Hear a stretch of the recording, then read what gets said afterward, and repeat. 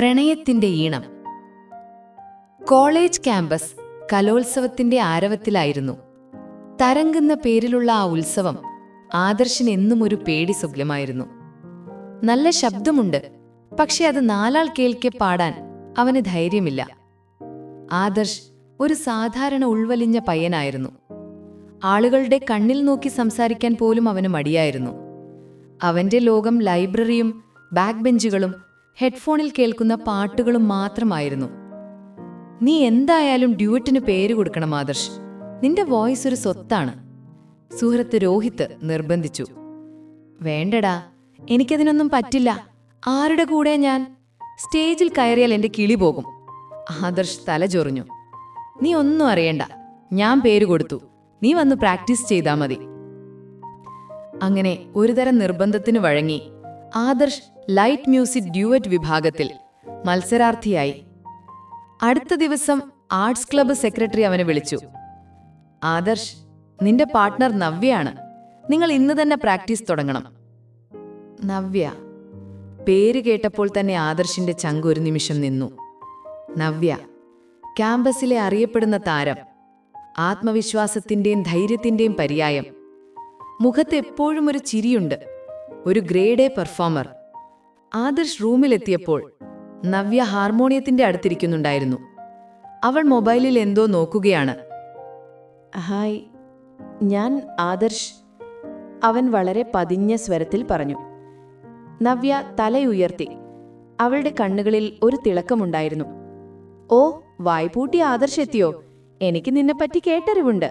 പാട്ട് കേൾക്കുമ്പോൾ മാത്രം വായ തുറക്കുന്ന ഒരു ജീവി. ആദർശിന്റെ മുഖം ചുവന്നു. അങ്ങനെയൊന്നുമില്ല. അങ്ങനെയൊക്കെയുണ്ട്. എന്തായാലും നമ്മൾക്കധികം സമയമില്ല. ഏതു പാട്ടാ വേണ്ടെന്ന് തീരുമാനിച്ചോ? അവൾ ഗൗരവത്തോടെ ചോദിച്ചു. അങ്ങനെ അവരുടെ ആദ്യത്തെ റിഹേഴ്സൽ തുടങ്ങി. നവ്യ തിരഞ്ഞെടുത്തത് ഒരു പഴയകാല പ്രണയഗാനമായിരുന്നു. ആദ്യ ശ്രമം ദയനീയമായിരുന്നു. ആദർശ് താളം തെറ്റിച്ചു, സ്വരമിടറി. അവന്റെ ശബ്ദം എത്ര മനോഹരമാണെങ്കിലും ആത്മവിശ്വാസമില്ലായ്മ അതിനെ മൂടി. ആദർശ്, നീ എന്തിനാ പേടിക്കുന്നത്? ഇത് ക്ലാസ് റൂമല്ല, റിഹേഴ്സൽ റൂമാണ്. നിന്റെ ശബ്ദം ഒന്നിനും കൊള്ളില്ലെങ്കിൽ ഞാൻ പറയും. പക്ഷെ നീ നന്നായി പാടുന്നുണ്ട്, ധൈര്യമായി പാട്. നവ്യയുടെ ശബ്ദം കനത്തു. എനിക്കൊരു ടെൻഷൻ. ടെൻഷനോ? നോക്ക്, നമ്മൾ ഈ പാട്ടു പാടുമ്പോൾ നീ ഒരു കാമുകനാണ്. നിന്റെ പ്രണയം ആസ്വദിക്കാനാണ് ഞാൻ കൂടെയുള്ളത്. ഒരു മരക്കഷ്ണം പോലെ നിന്നാൽ എങ്ങനെയാ രസം കിട്ടുക? വായ്പൂട്ടി ആദർശ്, ഒന്നുകൂടെ തുടങ്ങാം. അവളുടെ കളിയാക്കലുകളും ശാസനകളും ആദർശിനെ വല്ലാതെ അസ്വസ്ഥനാക്കി. വീട്ടിൽ പോയി കിടന്നപ്പോൾ അവൻ സ്വയം ശപിച്ചു. എന്തിനാണ് ഈ മത്സരത്തിന് സമ്മതിച്ചത്? എങ്കിലും അടുത്ത ദിവസം അവൻ പോകാതിരുന്നില്ല.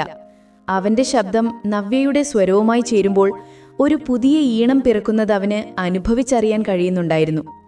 ദിവസങ്ങൾ കടന്നുപോയി. റിഹേഴ്സലുകൾ പതിവായി, വഴക്കുകൾ കുറഞ്ഞു. എന്നാൽ കളിയാക്കലുകൾ തുടർന്നു. ആദർശ്, ആ ഫൈനൽ നോട്ട് നീ എന്താ ഇത്ര ഒതുക്കി പാടുന്നത്? അതെന്റെ കൂടെയല്ലേ പോകേണ്ടത്? നീ എന്താ അവിടെ സ്റ്റോപ്പ് വെച്ചതുപോലെ? നവ്യ ചിരിച്ചുകൊണ്ട് ചോദിച്ചു. എന്റെ ശ്വാസം തീർന്നുപോയി, ആദർശ് പറഞ്ഞു. നവ്യ പൊട്ടിച്ചിരിച്ചു. നിന്റെ ഒരു ശ്വാസം എന്റെ കൂടെ പാടാൻ വന്നാൽ നീ ശ്വാസം എടുക്കാൻ പഠിക്കും.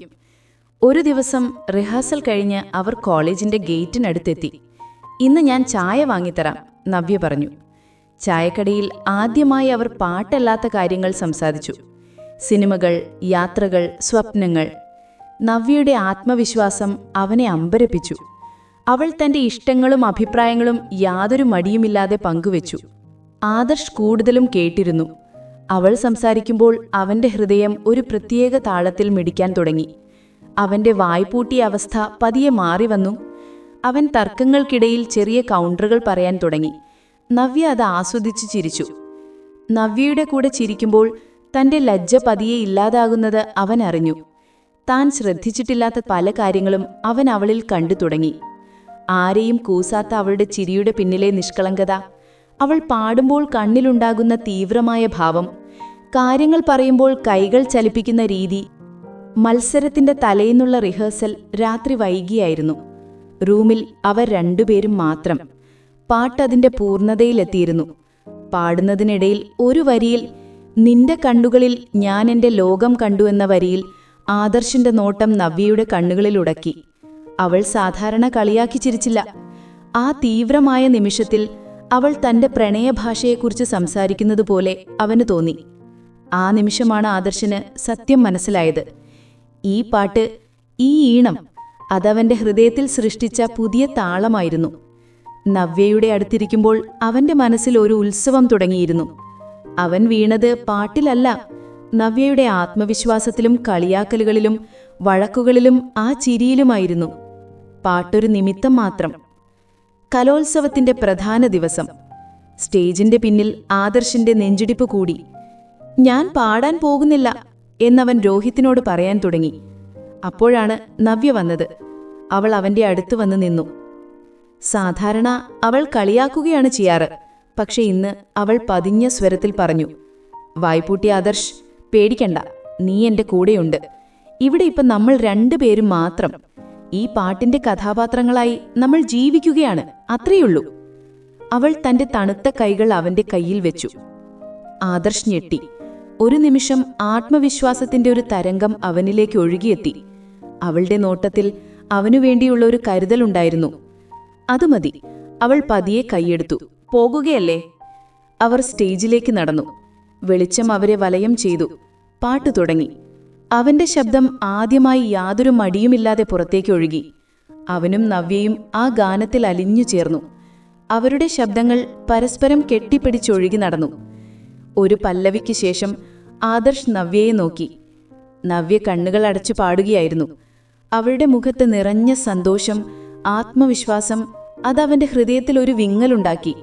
ഈ നിമിഷത്തിനായിരുന്നില്ലേ അവൻ ഇത്രയും കാലം കാത്തിരുന്നത്? തന്റെ ലജ്ജയുടെ ഭിത്തികൾ തകർക്കാൻ വന്ന ഈ പെൺകുട്ടിയോടാണ് തനിക്ക് പ്രണയം.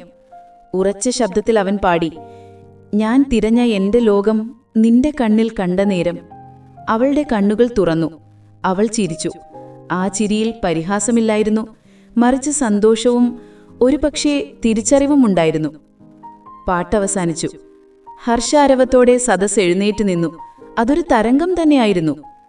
സ്റ്റേജിൽ നിന്ന് ഇറങ്ങി വന്നപ്പോൾ ആദർശ് നവ്യയുടെ കണ്ണുകളിൽ നോക്കി. അവനൊന്നും പറഞ്ഞില്ല. അവൾ ചിരിച്ചു. എന്താടാ വായ്പുട്ടി ആദർശ്, ഇപ്പം വായ തുടർന്നല്ലോ. വിജയിച്ചു. സന്തോഷമായില്ലേ? സന്തോഷമുണ്ട് നവ്യ, പക്ഷേ അത് പാട്ടിലൊന്നുമല്ല. നവ്യയുടെ ചിരി മാഞ്ഞു. അവൾ അവനെ സൂക്ഷിച്ചു നോക്കി. പിന്നെ? ആദർശ് തല ചൊറിയുന്ന ശീലം മറന്നു. അവൻ ധൈര്യം സംഭരിച്ചു. ഈ പാട്ട് തുടങ്ങിയ അന്നു മുതൽ ഞാൻ നിന്നെയാണ് കേട്ടതും കണ്ടതും. പാട്ടിന്റെ ഈണം എന്റെ ഉള്ളിൽ ലജ്ജയുടെ മതിലുകൾ തകർത്തെങ്കിൽ അതിന് കാരണം നീയാണ് നവ്യ. I love you. അവൾ ചിരിച്ചില്ല, ശാസിച്ചില്ല, കളിയാക്കിയുമില്ല. ഒരു നിമിഷത്തെ നിശബ്ദതയ്ക്ക് ശേഷം അവൾ പറഞ്ഞു, അത് നന്നായി ആദർശ്. അങ്ങനെയൊരു ഡ്യുവറ്റ് പാർട്ട്ണറെയായിരുന്നു ഞാനും തിരഞ്ഞത്. ഇനി നമുക്ക് അടുത്ത പാട്ട് തുടങ്ങാം, ഇതിലും നല്ലൊരു പ്രണയഗാനം. അവൾ കണ്ണുകൾ ചിമ്മി. ആദ്യമായി ആദർശ് മനസ്സ് തുറന്ന് ചിരിച്ചു. അവന്റെ മനസ്സിൽ അവന്റെ സ്വന്തം കലോത്സവം തുടങ്ങിയിരുന്നു.